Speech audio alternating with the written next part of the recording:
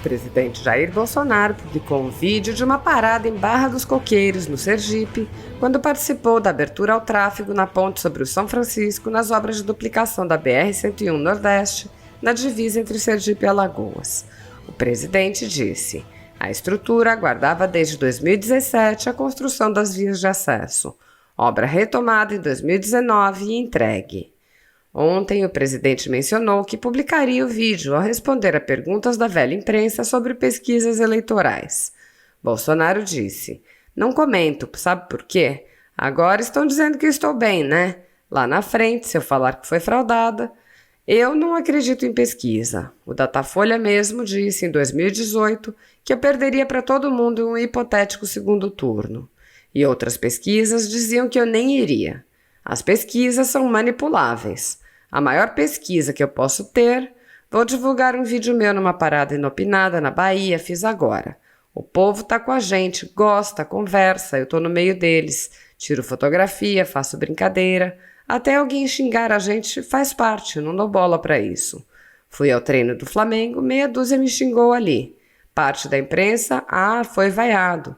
Paciência, fui a mais de 20 jogos de futebol, durante a campanha e depois de eleito, raras foram as vezes que alguém xingou.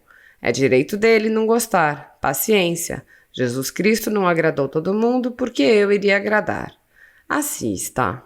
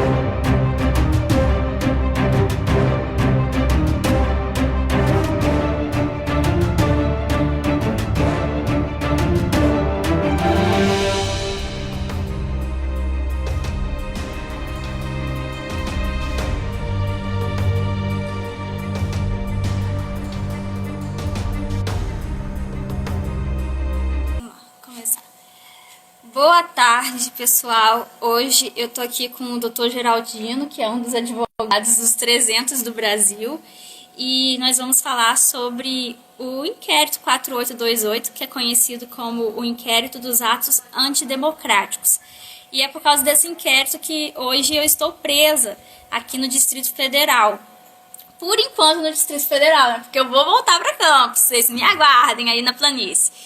E o doutor Geraldino também, né? Ele tem advogado para outras pessoas que têm sido vítimas da perseguição do STF. O senhor pode falar, o que é esse inquérito, primeiramente? Olha, esse inquérito ele está baseado nas manifestações a favor do governo e, segundo a PGR, seria contra os outros poderes, seria o Congresso e o STF. Na verdade, o que acontece? O que nós vemos é uma perseguição específica dos apoiadores do presidente. Nenhuma outra manifestação que teve contra o governo está sendo apurado nesses atos antidemocráticos. Nós tivemos aí o Antifas, que quebrou, que destruiu, e que ninguém fez nada. Depredar, quebrar, não é motivo de prisão nem punição. Agora, o caso, você se manifestar e discordar, aí sim está sendo punido, e a Érica está aqui pagando o preço de querer defender os direitos de nós brasileiros. O que acontece? Eu fiz uma pesquisa, né, sobre esse inquérito, e a primeira coisa que eu encontrei de notícia mais antiga foi sobre a Procuradoria-Geral da República, que entrou com o pedido da instauração de inquérito no STF em virtude dos atos do dia 19. Só que dia 19 não existia ainda os 300 do Brasil e muito menos eu nem estava aqui em Brasília. Bom, isso tudo que você está falando, essas dúvidas que você está, nós também já colocamos em vários documentos, em várias peças que estão lá. O que acontece? Eu entrei com habeas corpus para a Sara, eu entrei com habeas corpus para a Folha Política, eu entrei com vários habeas corpus questionando, primeiro, a legitimidade do ministro Alexandre de Moraes. Por quê? No inquérito da fake news, houve uma portaria, a portaria 60, que determinou, que designou ele como o relator do inquérito da fake news. Esse inquérito 4828, que é o que apura esses atos antidemocráticos, não tem portaria nenhuma. Não tem nada que vincule ele a essa investigação. E aí, eles podem dizer que não é porque, como ele já era, ele teria, no caso, a competência em função do inquérito das fake news. Só que eu acho que uma coisa, a matéria de um não tem nada a ver com a matéria do outro. O que se apura em um caso não é o que se apura no outro. Apesar de muitos dos envolvidos, muitos dos investigados estarem em ambos os processos. Sim. No caso, o senhor tinha falado comigo sobre a competência do PGR, né, em relação a pedir investigação, alguma coisa do tipo. Pois é, o PGR, as atribuições dele estão delimitadas na própria lei. E no caso do Procurador-Geral da República, ele não pode processar pessoas que não têm foro privilegiado. Ele pode até receber informação e encaminhar para o Procurador-Geral, que no caso o fato seria contra a União, e aí a Procuradoria da República tem que apurar realmente, mas aí temos o Procurador-Geral, o Procurador Regional, que atua na esfera da Justiça Federal. Crimes contra a Lei de Segurança Nacional são apurados na Justiça Federal. Isso é o que está na Lei de Segurança Nacional. Quer dizer, já foi definido isso. Antigamente era atribuição da Justiça Militar. Então, os crimes atualmente praticados políticos, os crimes políticos, são apurados na Lei de Segurança Nacional, que quem tem competência para investigar isso é a Justiça Federal, e não o Supremo Tribunal Federal. O Supremo Tribunal Federal é uma instância revisora, é uma instância que está lá para guardar a Constituição. Sim. Então, no caso, até o PGR me tratou como se eu tivesse foro privilegiado. Exatamente, isso é um questionamento que nós fazemos. Todos os que não são... todos que não têm cargo político, no caso aí, tem alguns deputados que poderiam sim ser investigados a nível de Supremo Tribunal Federal.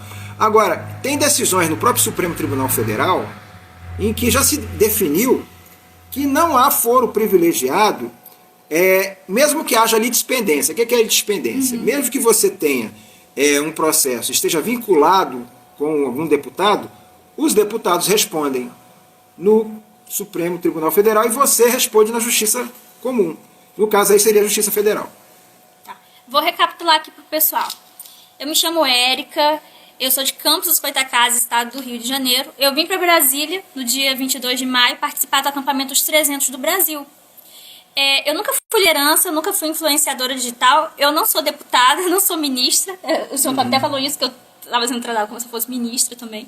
Só a parte ruim, né? Porque Sim. Na parte boa eu não estou sendo tratada como parlamentar. E fui presa no dia 16 de junho, né, junto com o Arthur, com o Renan, com o Mito Show, com a Sarah Winter. A Sarah, no caso, foi presa no dia 15. E desde o dia 24 nós estamos usando tornozeleira eletrônica em prisão domiciliar. No caso, o Arthur, o Renan e eu ficamos em Brasília. O Arthur conseguiu, com muito custo, voltar para Niterói. E eu agora estou lutando para voltar para Campos.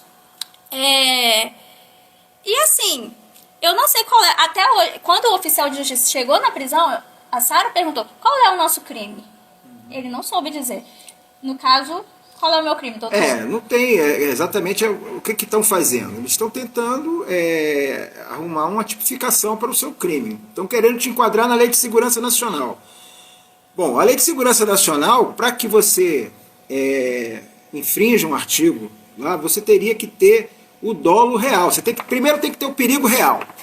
Eu sou um perigo? O fato, a sua atitude tem que realmente ensejar um perigo às organizações. O que não acontece nesse caso. Ninguém, em momento algum, atacou ou usou de violência, ou ameaça, ou constrangeu. Ninguém explodiu nada, tudo isso. Já tem decisões até de gente que explodiu uma usina aqui, tem decisões que eu já pesquisei a respeito disso, em que o cara politicamente estava querendo usar isso de forma política e ele ainda foi absolvido, porque não tinha o dano real, o perigo real, aliás, dano real não, o perigo real contra as instituições. Então é muito difícil você fazer um enquadramento desse. E mais, não existe na Lei de Segurança Nacional a tipificação de formação de quadrilha, não existe. Então, eles estão querendo dizer também que a gente era uma quadrilha. O que eles estão querendo, o que eles estão tentando, porque para pedir a prisão temporária de vocês, eu até trouxe aqui um documento, na prisão temporária, eles qualificaram aqui, ó, essa aqui caberá prisão temporária, sem vários artigos. E no caso, para esses crimes aqui que estão sendo elencados, que você está vendo aqui, são os crimes onde caberá um pedido de prisão temporária, que é um pedido de investigação para apurar o fato. Roubo, sequestro, extorsão. Gente, olha só, o único ponto que eles poderiam enquadrar, e assim forçando muita barra, é esse aqui, ó. Quadrilha ou bando. Por isso que estão tentando, né, fazer uma ligação disso, por isso que você está com essa tornozeleira. Eu acho essa decisão é ilegal, até porque na Lei de Segurança Nacional não existe previsão para isso. Várias situações. Tornozeleira, né? Para tornozeleira. Você faz uma prisão temporária, caso haja necessidade, prorroga-se, mas a partir daí, ou você pede a preventiva, se há elementos para preventiva, ou você solta. No caso seu, Érica, eu vi até a decisão que fez a prorrogação. Na decisão, o próprio ministro Alexandre de Moraes disse que após completar o período de 5 dias, vocês poderiam ficar em liberdade. Acontece que no dia que vocês iam ser colocados em liberdade, houve um pedido da delegada federal para que... A Denise?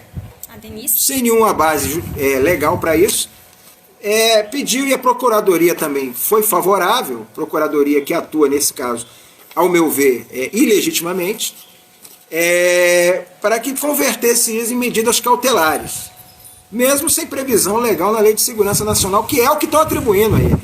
E a própria formação de quadrilha. Para ter a formação de quadrilha tem que ter um crime. Cadê o crime que foi tipificado?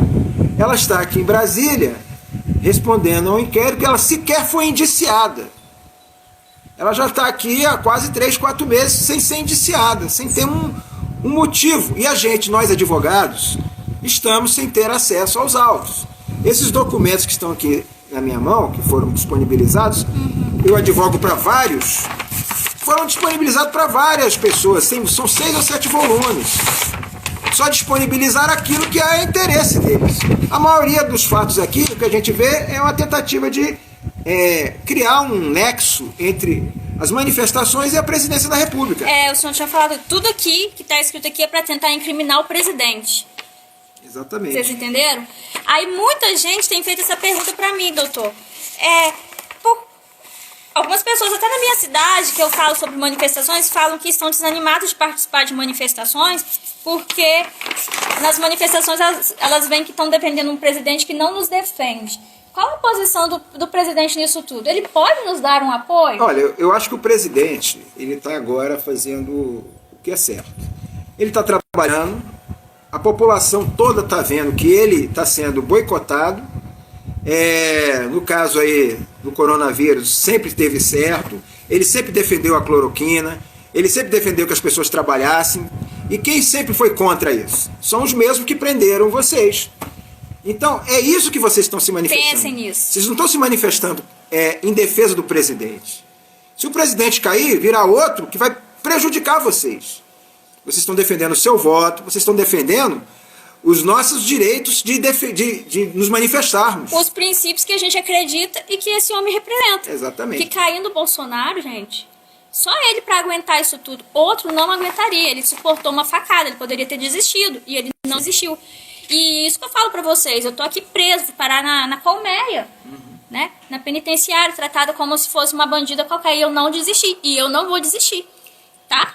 É uma luta, é um sistema que já está há muito tempo corrompido. Existe aí, foi até recentemente mencionado pelo ministro Marco Aurélio em uma entrevista, que existe um favorecimento das esquerdas. Todas as manifestações que são feitas por parlamentares de esquerda são sempre atendidas.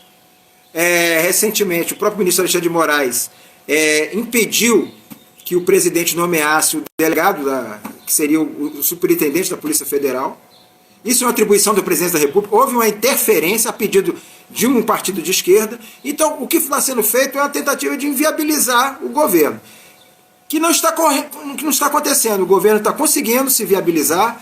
Graças a Deus, o governo federal, com esse projeto aí de ajuda, de auxílio emergencial, está fazendo a maior divisão de renda do mundo. Já foi feito. Aquilo tudo que a esquerda arrotava e dizia que fazia com o cesta básica, o presidente está ajudando brasileiros hoje a não morrerem de fome. Nosso maior combate não é nem contra o vírus, é contra a fome. Sim, e fome é essa que as pessoas foram condicionadas justamente por políticos esquerdistas que eram contra a cloroquina, que promoveram esse lockdown, essa quarentena que quebrou muita gente. E outra coisa, só o fato do presidente ir nas manifestações de domingo já estava sendo usado também para poder incriminá-lo. Sim. Eles querem a todo custo impeachment o presidente. Infelizmente, estão nos usando, né? Eu entendo até, por exemplo, esse processo, esse inquérito da fake news. E o nosso também. E o 4828, o inquérito da fake news já dura mais de um ano. Recentemente, o ministro Alexandre de Moraes assumiu um posto lá no Tribunal Superior Eleitoral. Existe, eu já vi denúncias de jornalistas, como até mesmo do deputado Roberto Jefferson, que insinuam que estão levantando a tese de que estão tentando caçar a chapa usando esse inquérito da fake news. Como até agora não encontraram nada, está meio difícil de caçar a chapa, porque seria o único modo de fazer com que o voto, que foi legitimamente, de tirar do poder o presidente da República. Porque por impeachment já viram que é impossível. Então estão tentando, através de uma manobra jurídica, utilizar de recursos. Recentemente também foi informado e saiu na imprensa, o próprio Alan dos Santos falou em uma entrevista, depois que ele saiu do Brasil, que ele falou isso. Que estavam monitorando o presidente, que tinham 3 malas espiãs, uma na Embaixada da Coreia, uma na Embaixada da China e outra no escritório do advogado Kakai. Então, isso tudo ninguém sabe se foi apurado, ninguém sabe o que aconteceu. Então, quer dizer, estão de todas as formas investigando o presidente, tentando achar alguma coisa que faça com que eles possam caçar a chapa. Eu vi no site do Ministério Público que nós fomos presos, né? Que foi pedido, quando foi pedida a nossa prisão, um dos motivos é que nós fomos identificados como líderes, uma coisa que não procede, e captadores de recursos. Exatamente, tem vários. A narrativa é essa. Essa narrativa, se eu não me engano, começou com a Rede Globo. A Rede Globo começou com essa história de atos antidemocráticos. Não existe atos antidemocráticos. Quando você se manifesta expressando a sua opinião. Vários juristas no país já são contrários. Inclusive, eu faço parte de um grupo chamado Movimento Advogados do Brasil, e nós fizemos uma ação chamada Maior Ação do Mundo, onde nós fizemos eu até assino essa ação junto com o Dr. Emerson, com outros colegas, pedindo à Corte Interamericana que intervenha, porque há muitos absurdos acontecendo aqui no país. E eles precisam dar uma olhada, dar um enfoque. Essa Corte Interamericana já teve denúncia de uma associação do Ministério Público, já teve uma denúncia do próprio Roberto Jefferson, do PTB, e teve essa Maior Ação do Mundo, que nós também entramos também na ONU. Que entra o inquérito. É o inquérito 4781 e o 448, os dois inquéritos. Os fatos são pessoas que estão hoje, vários presos, estão sendo colocados em liberdade em função de pandemia, vários criminosos perigosos, e a Érica, por defender os seus interesses, por defender as suas convicções, está presa aqui em Brasília, infelizmente. Mas ela com certeza conseguirá passar por esse período e voltar para Campo de Goytacazes aí. Sim, eu vou voltar. Eu vou voltar mais forte que nunca. Sim. Que antes, na verdade. Aí, doutor, uma das coisas que aconteceu também lá no presídio, os dias que a gente ficou lá, nós ficamos impedidos de falar com os advogados não tinham acesso a gente, e eu tenho curso superior. Sim. Eu vou te falar uma coisa, todos esses absurdos, por que eu estou imprimindo? Eu imprimi isso aqui, primeiro para te mostrar onde eles quiseram te enquadrar. Agora, tem a Lei de Segurança Nacional. A Lei de Segurança Nacional é essa aqui, 7170, gente. Eu gosto de trazer a lei para as pessoas tomarem conhecimento. Aqui, ó. Espera um minutinho.